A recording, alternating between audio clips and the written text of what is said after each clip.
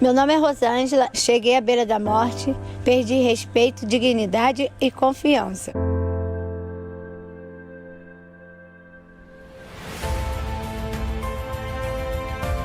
Mais um dia eu encontrei a esperança. Hoje eu sou uma mulher de oração, temente a Deus, tenho dignidade, respeito e um trabalho. Vem aí a campanha 2021.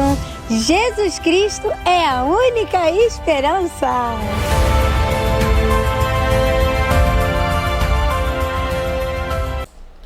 Olá, meus caros irmãos, muito boa noite, a graça e a paz do Senhor Jesus. Nós estamos iniciando a nossa campanha de missões nacionais e nós que fazemos a promoção, a junta de missões nacionais, contamos sempre com as tuas orações. Muito bem, quero ler com vocês nessa noite no capítulo 3 da carta de Paulo aos Efésios, nos versos 20 e 21. Ora, aquele que é poderoso para fazer infinitamente mais do que tudo quanto pedimos ou pensamos, conforme o seu poder que opera em nós, a ele seja a glória na igreja e em Cristo Jesus, por todas as gerações, para todo sempre. Amém. Vamos orar.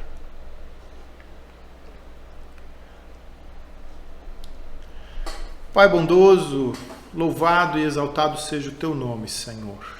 Nos juntamos como Igreja de Jesus para te buscarmos em oração e nós te agradecemos por termos esse privilégio na pessoa de Jesus Cristo.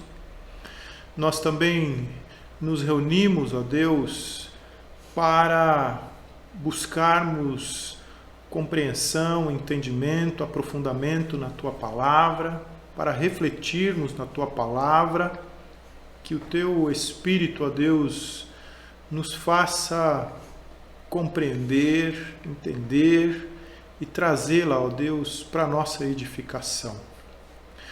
Pai, que nesse ajuntamento o teu nome seja glorificado, seja honrado, Senhor. Que nesse tempo também a palavra de salvação seja anunciada. Nós oramos, ó Deus, nessa noite pelo nosso país, pelo nosso Brasil. O nosso desejo é que prevaleça, Pai, entre o nosso povo, a tua paz. Nosso desejo, ó Deus, é que o Senhor trabalhe, que o Senhor atue na vida da nossa nação, ó Deus, para que caminhemos para um amadurecimento, Senhor, para que tenhamos como senhorio nosso a tua pessoa, Pai, os teus desígnios, a tua palavra, Deus. Que não sejamos joguetes, massa de manobra na mão de homens inescrupulosos, que se valem, ó Deus, de vários artifícios para manipular, para controlar, para atingirem os seus desejos pessoais, os seus interesses pessoais, mas que sejamos povo inteligente, povo sábio, dirigido pelo Senhor, a fim de que no que podemos, ó Deus, naquilo que está nas nossas mãos, em termos de manifestação, o façamos, ó Deus, no intuito de realmente transformarmos o nosso país numa nação mais justa, numa nação que se reconheça como capaz, que reconheça a riqueza material, humana, intelectual, científica que tem, e também, ó Deus, a riqueza espiritual que o Senhor nos disponibiliza na pessoa de Jesus. Pai, nós oramos assim pelo nosso país. Intercedemos também, ó Senhor, por pessoas, irmãos, queridos, parentes, amigos. O Senhor sabe das fisionomias, dos nomes que estão no coração de cada um de nós. E que a nossa oração a Deus alcance esses corações com paz, esperança, consolo e confiança no Senhor. Abençoa, Deus, esse nosso ajuntamento, esse nosso tempo de forma diferenciada na Tua presença. Em nome de Jesus. Amém. Nós estamos tratando desse tema, orações da prisão. Nessa série de estudos bíblicos, às quartas-feiras, nós temos por tema orações da prisão. Estamos fazendo uma leitura cuidadosa das orações que Paulo fez em favor dos seus leitores, que receberam cartas que ele escreveu na prisão. Efésios, Filipenses, Colossenses e Filemão, que é mais uma carta pessoal. E essas orações que estão nessas cartas, que são registradas nessas cartas, são orações inclusivas. Elas se estendem a nós, elas nos alcançam. Paulo orou por nós. E quando nós damos atenção ao conteúdo delas, nós percebemos com maior precisão do que realmente precisamos de Deus para a nossa caminhada cristã nessa vida. Estudamos até a semana passada a oração registrada em Efésios, capítulo 1, versos de 3 a 22, e hoje vamos iniciar o estudo da segunda oração de Paulo, lá no capítulo 3, também da carta aos Efésios, do verso 14 ao verso 21. Então, nos diz assim: por esta causa me ponho de joelhos diante do Pai, de quem toma o nome toda a família, tanto no céu como sobre a terra, para que, segundo a riqueza da sua glória, vos conceda que sejais fortalecidos com poder mediante o seu Espírito no homem interior, e assim habite Cristo no vosso coração pela fé, estando vós arraigados e alicerçados em amor, a fim de poderdes compreender com todos os santos qual é a largura e o comprimento e a altura e a profundidade, e conhecer o amor de Cristo que excede todo entendimento, para que sejais tomados de toda a plenitude de Deus. Ora, aquele que é poderoso para fazer infinitamente mais do que tudo quanto pedimos ou pensamos, conforme o seu poder que opera em nós, a ele seja a glória na igreja e em Cristo Jesus, por todas as gerações, para todo sempre. Amém. Então, essa passagem é a segunda oração de duas registradas na carta aos Efésios. Enquanto na primeira, Paulo enfatiza a iluminação dos nossos olhos, nesta, ele enfatiza o nosso preparo, a capacitação nossa pelo Espírito de Deus, a capacitação do nosso homem interior pelo Espírito de Deus. Esse pedido não é tanto uma questão de conhecimento ou de saber como ser. É como se Paulo desejasse que seus leitores, alvos de sua oração, se apossassem da riqueza por terem consciência de quão vasta ela é e se utilizassem dela. É importante notar que essas orações, tanto em Efésios como em Filipenses, tratam da condição espiritual do homem interior e não das necessidades materiais do corpo. Claro que não existe nada de errado em orarmos pelas necessidades materiais, mas não podemos negar que a ênfase das petições de Paulo é espiritual. Paulo sabe que se o homem interior chegar bem perto do que realmente pode e deve ser aos olhos de Deus em Cristo Jesus, o homem exterior será cuidado devidamente. Quando o Senhor é de fato o nosso pastor, o pastor da nossa alma, nada nos faltará. Muitas das nossas orações são mais diretamente relacionadas às questões materiais. E, de certa forma, isso é compreensível. Nós vivemos num mundo voltado para o materialismo. Nós vivemos num mundo pragmático, voltado para as coisas. Nós vivemos num mundo onde o consumismo é muito incentivado, é muito acentuado. Então, essa característica do nosso tempo faz com que a nossa oração, faz com que a pregação seja voltada para essa necessidade, para essa característica nossa, a necessidade material. E muitas orações e muitas pregações são enfatizadas nesse sentido, são voltadas para essa dimensão do nosso contexto atual. São voltadas para o ser individual, para o ser pessoal. Nós vivemos num mundo centrado no homem. Nós vivemos num mundo antropocêntrico. Então, as questões mais voltadas para o interior da nossa alma não são prioridade na maior parte das nossas conversas com Deus e das nossas conversas sobre Deus. Por isso é bom que demos atenção às orações da prisão e fazermos delas nossas orações, e as termos como orações que Paulo fez por nós, e orarmos assim uns pelos outros.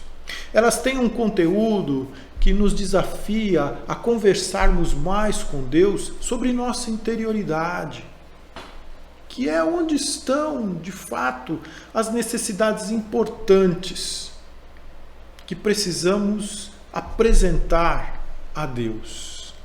Mas antes de qualquer necessidade ou qualquer petição que Paulo faz na sua oração, Paulo faz uma invocação. E ele chama a nossa atenção com sua postura. Ele diz: eu dobro os meus joelhos diante do Pai. Essa deve ter sido uma experiência um tanto interessante, curiosa, para o soldado que vigiava Paulo na prisão. Paulo era sempre acompanhado por um soldado incumbido de vigiá-lo na sua prisão.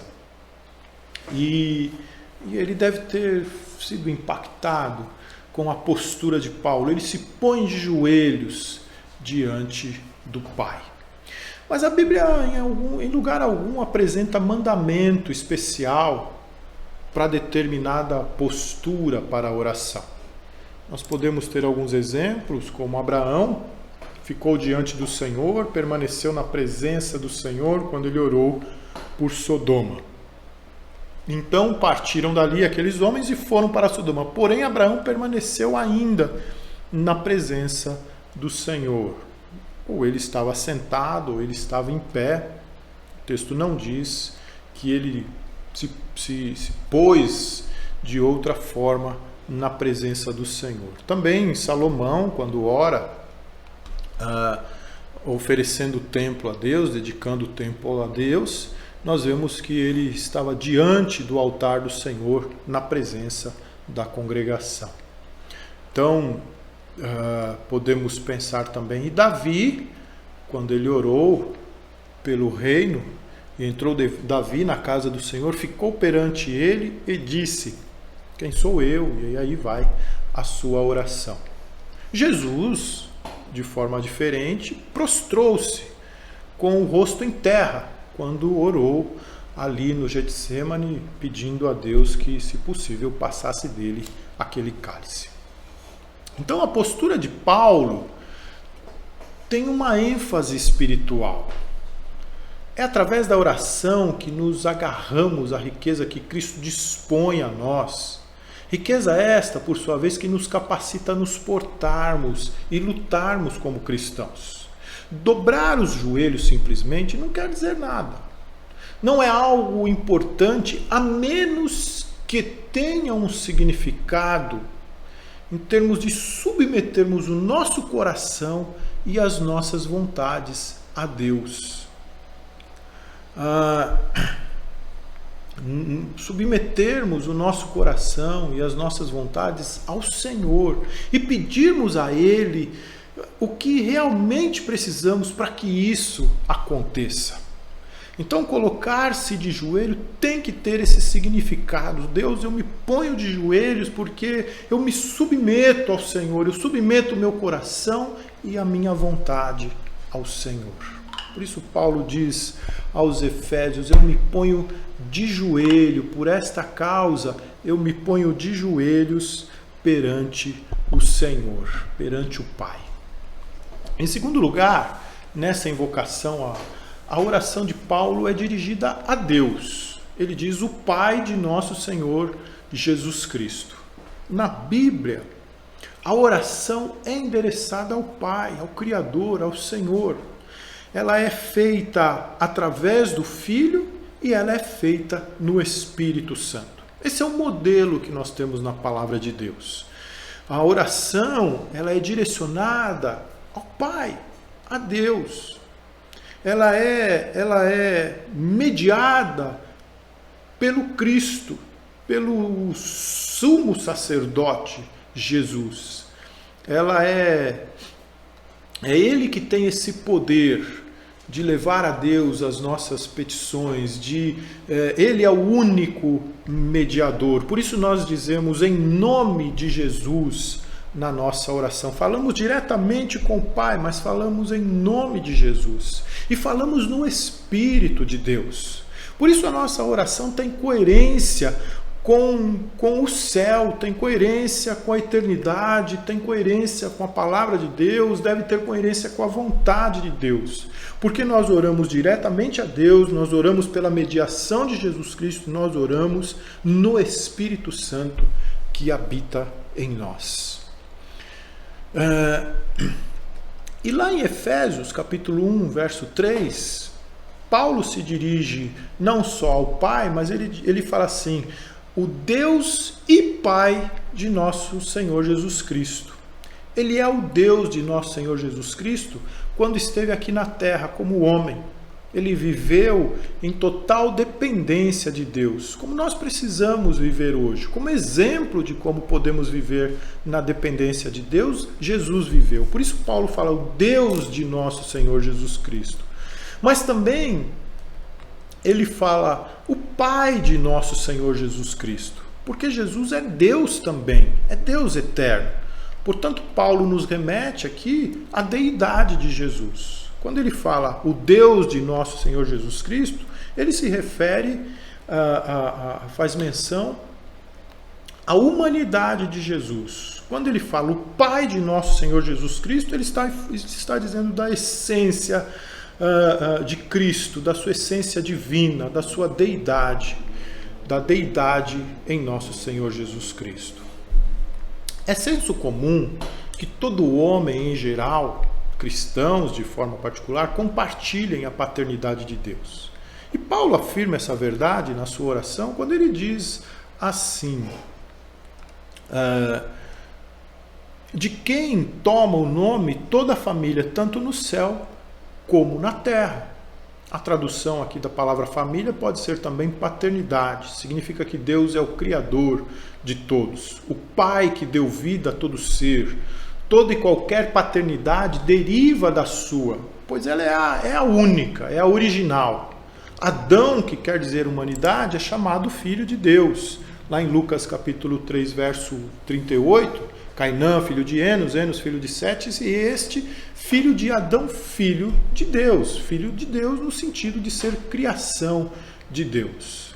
Mas os convertidos, os salvos, são filhos de Deus por renascimento. E alguns textos de João, por exemplo, nos esclarecem essa verdade.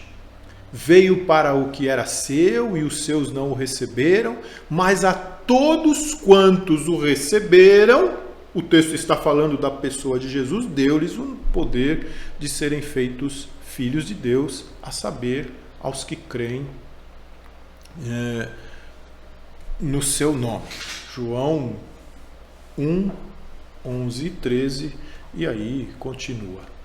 E na primeira carta de João, diz assim: por essa razão o mundo não nos conhece, porquanto não conheceu a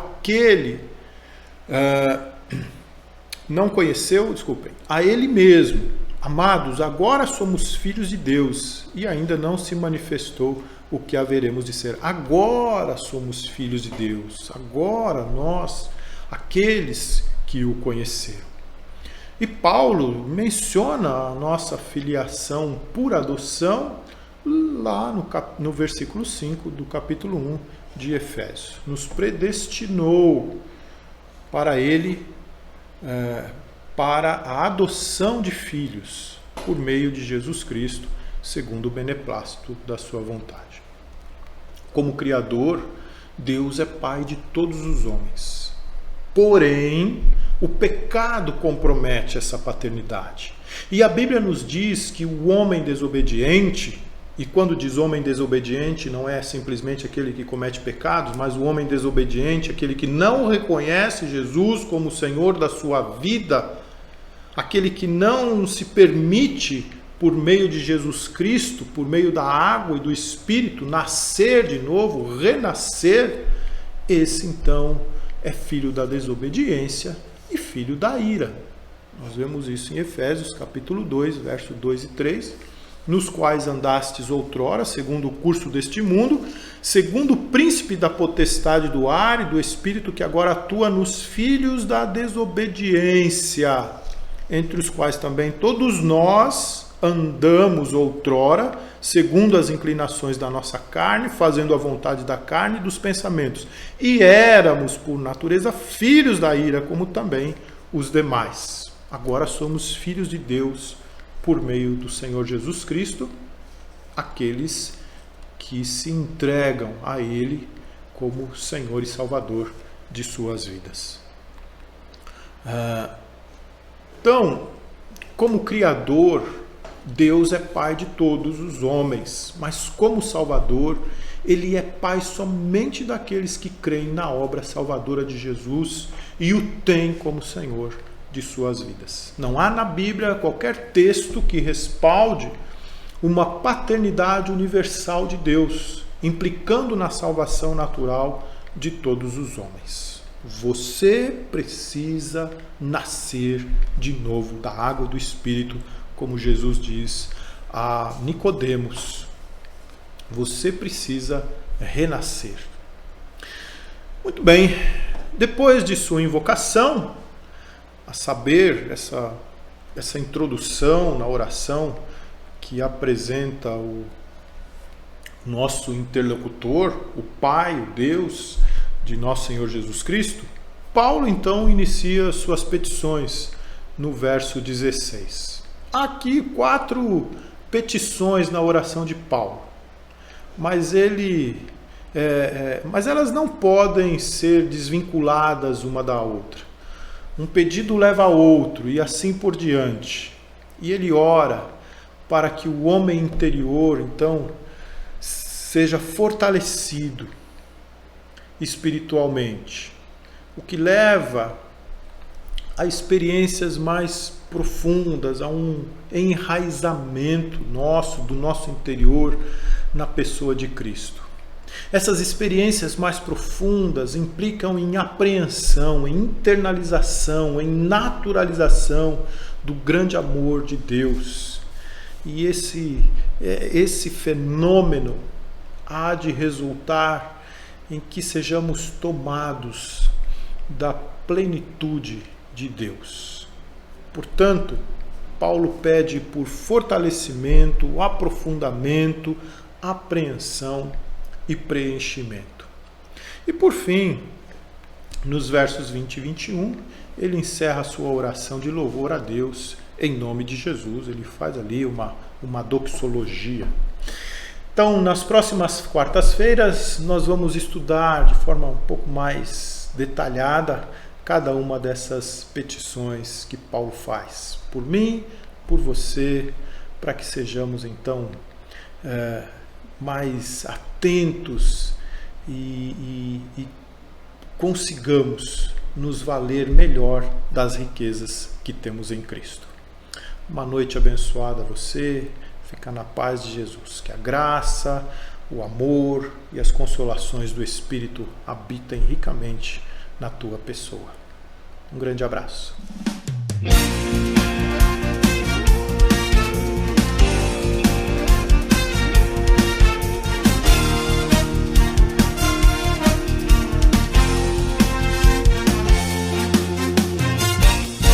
Ergue-se um clamor na nação, em busca de solução, da resposta certa que traga a todos esperança e paz. Tu só existe em quem é capaz de entender que só Cristo traz vida ao que nele crer, e tudo pode nossa pátria transformar. Seu povo escolhido Deus me fez pra anunciar o que Ele faz, e por amor não vou me calar, de norte a sul vou proclamar. Brasil, a esperança é Jesus,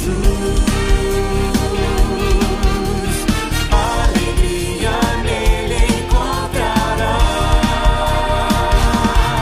Brasil, a esperança é Jesus, nova vida Ele te dará. Brasil,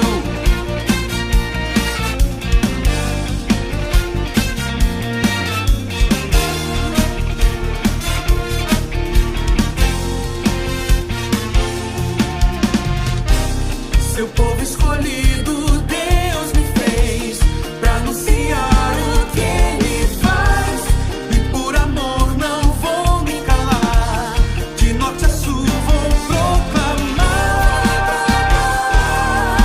Brasil, a esperança é Jesus, alegria nele encontrarás. Brasil, a esperança é Jesus, nova vida Ele te dará. Brasil.